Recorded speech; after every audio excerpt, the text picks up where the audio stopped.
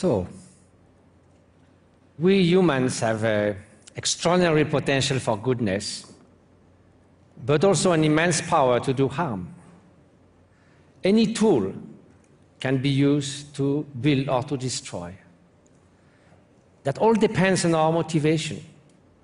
Therefore, it is all the more important to foster an altruistic motivation rather than a selfish one. So now, we indeed are facing many challenges in our times. Those could be personal challenges. Our own mind can be our best friend or our worst enemy. There's also societal challenges, poverty in the midst of plenty, inequalities, conflict, injustice. And then there is a new challenges which we don't expect. 10,000 years ago, there was about 5 million human beings on Earth. Whatever they could do, the Earth's resilience will soon heal human activities. After the industrial and technological revolution, that's not the same anymore. We are now the major agent of impact on our Earth. We enter the Anthropocene, the era of human beings. So in a way, if we were to say we need to continue this endless growth, endless use of material resources, it's like saying, if this man was saying, and I heard a former head of state, I won't mention who, saying 5 years ago, we were at the edge of the precipice. Today, we made a big step forward. So this edge is the same which have been defined by scientists as the planetary boundaries. And with those boundaries, taking care of a number of factors, we can still prosper. Humanity can still prosper for 150,000 years if we keep the same stability of climate as in the Holocene for the last 10,000 years. But this depends on choosing a voluntary simplicity, growing qualitatively, not quantitatively. So in 1900, as you can see, we were well within the limits of safety. Now, in 1950 came the great acceleration. Now hold your breath, not too long, to imagine what comes next. Now, we have vastly overrun some of the planetary boundaries. Just to take biodiversity, at the current rate, in 2050, 30% of all species on Earth will have disappeared. Even we keep their DNA in some fridge, that's not going to be reversible. So, here I am sitting in front of a 7,000 meters high, 21,000 feet glacier in Bhutan.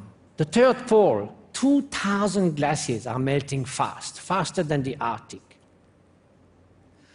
So what can we do in that situation? Well, however complex, politically, economically, scientifically, the question of the environment is, it simply boils down to a question of altruism versus selfishness. I'm a Marxist of the Groucho tendency.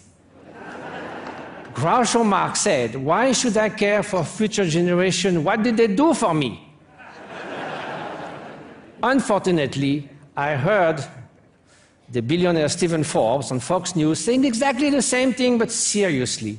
He was told about the rise of the ocean, and he said, I find absurd to change my behavior today for something that will happen in 100 years. So if you don't care for future generations, just go for it. So one of the main challenges of our times is to reconcile 3 time scale. The short term of the economy, the ups and downs of the stock market, the end of the year accounts. The mid-term of the quality of life.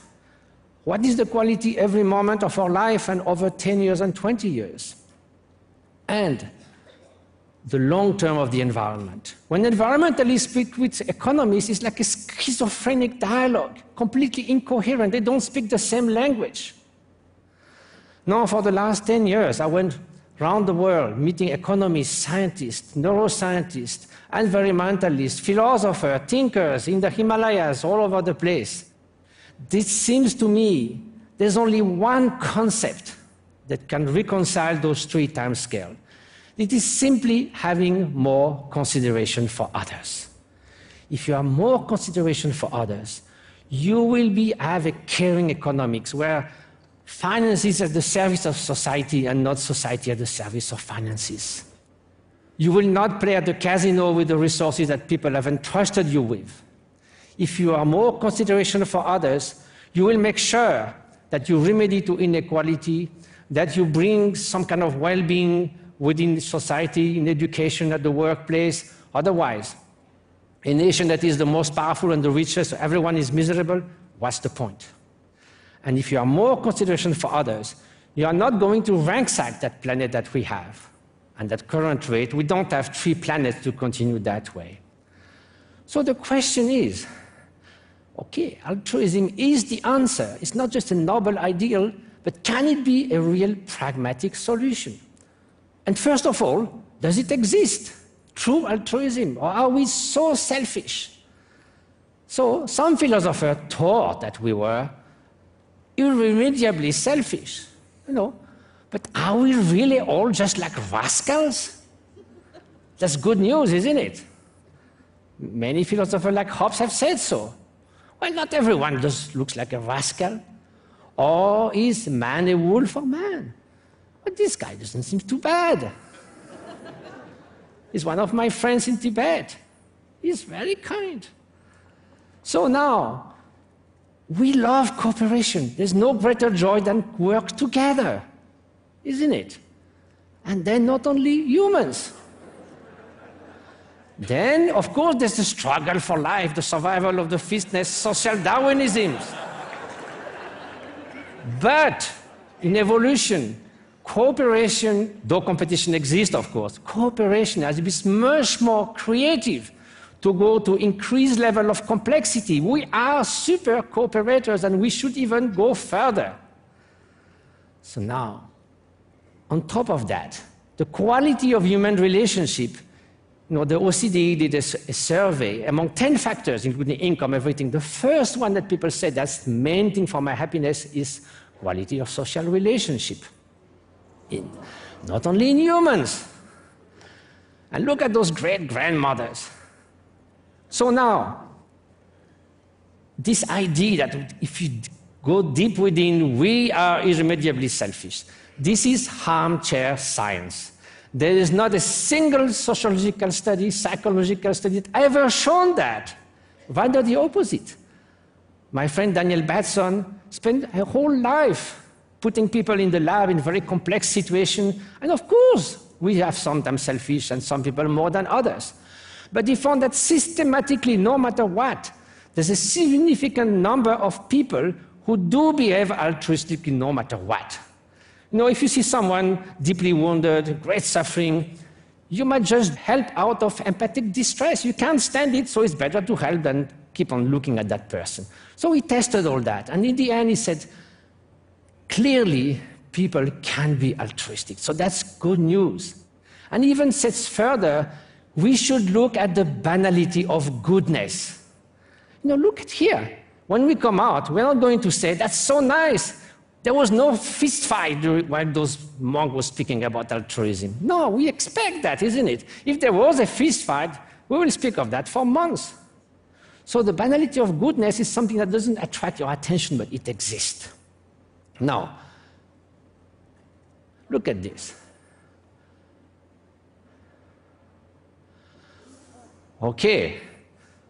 So some psychologists said, when I tell them I run 140 humanitarian projects in the Himalayas, that gives me so much joy. They say, oh, I see, you work for the warm glow. This is not altruistic, you just feel good.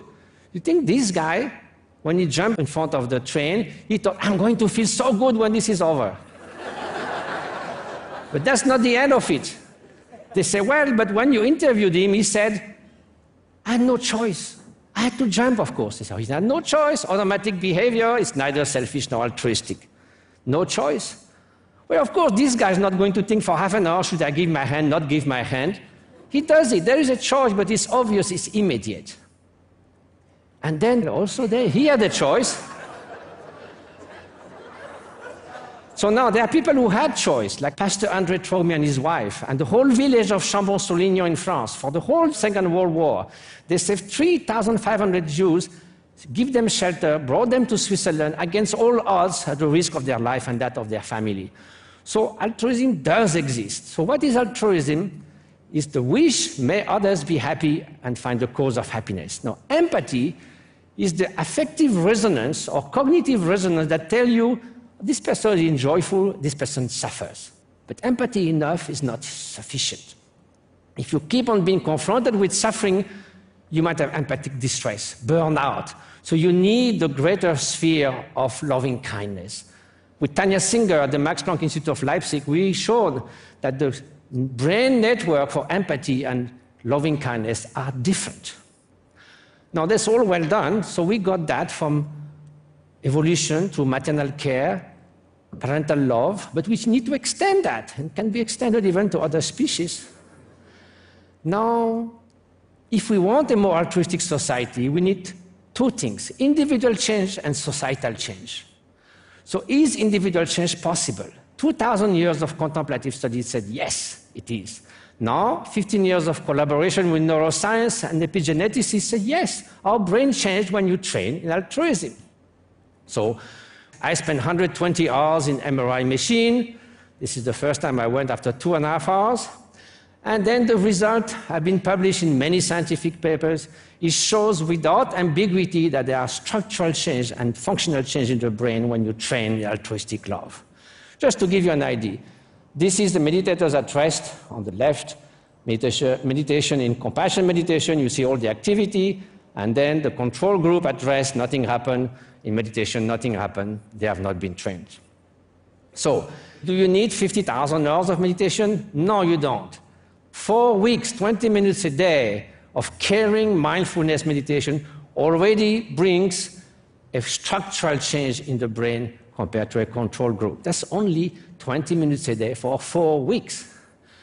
Even with preschoolers, Richard Davidson did that in Madison, 8 weeks program, gratitude, loving kindness, cooperation, mindful breathing. You would say, oh, that's just preschoolers. Look, after 8 weeks.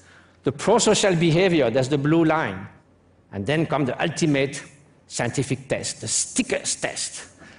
Before you determine for each child who is their best friend in the class, their least favorite child, an unknown child, and a sick child, and they have to give stickers away. So before the intervention, they give most of it to their best friend. 4, 5 years old, 20 minutes, 3 times a week. After the intervention, no more discrimination. The same amount of stickers to their best friend and the least favorite child. No, that's something we should do in all the schools in the world. Now, where do we go from there? Well, when the Dalai Lama heard that, he told Rishi Davidson, you go 10 schools, 100 schools, the UN, the whole world. So now where do we go from there? Individual change is possible. Now, do we have to wait for an altruistic gene to be in the human race? That will take 50,000 years, too much for the environment. Fortunately, there is the evolution of culture. Cultures, as specialists have shown, change faster than genes. That's the good news. Look, attitude towards war has dramatically changed over the years. So now, individual change and cultural change mutually fashion each other, and yes, we can achieve a more altruistic society. So where do we go from there? Myself, I'll go back to the East.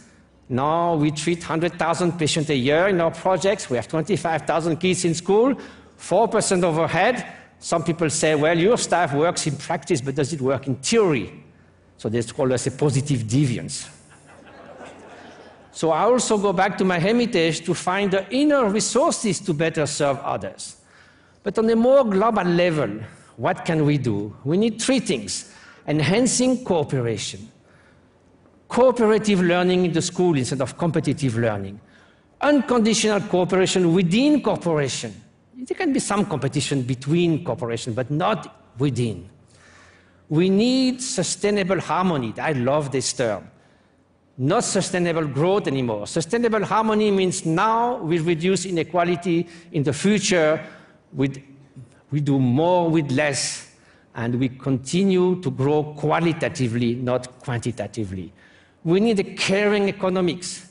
The Homo economicus cannot deal with poverty in the midst of plenty, cannot deal with the problem of the common goods, of the atmosphere, of the ocean.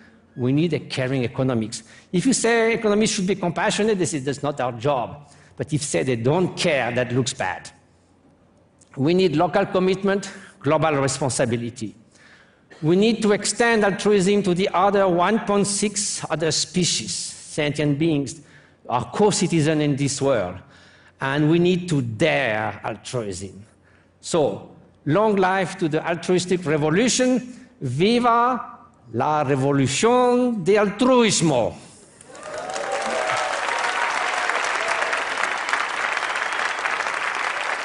Thank you.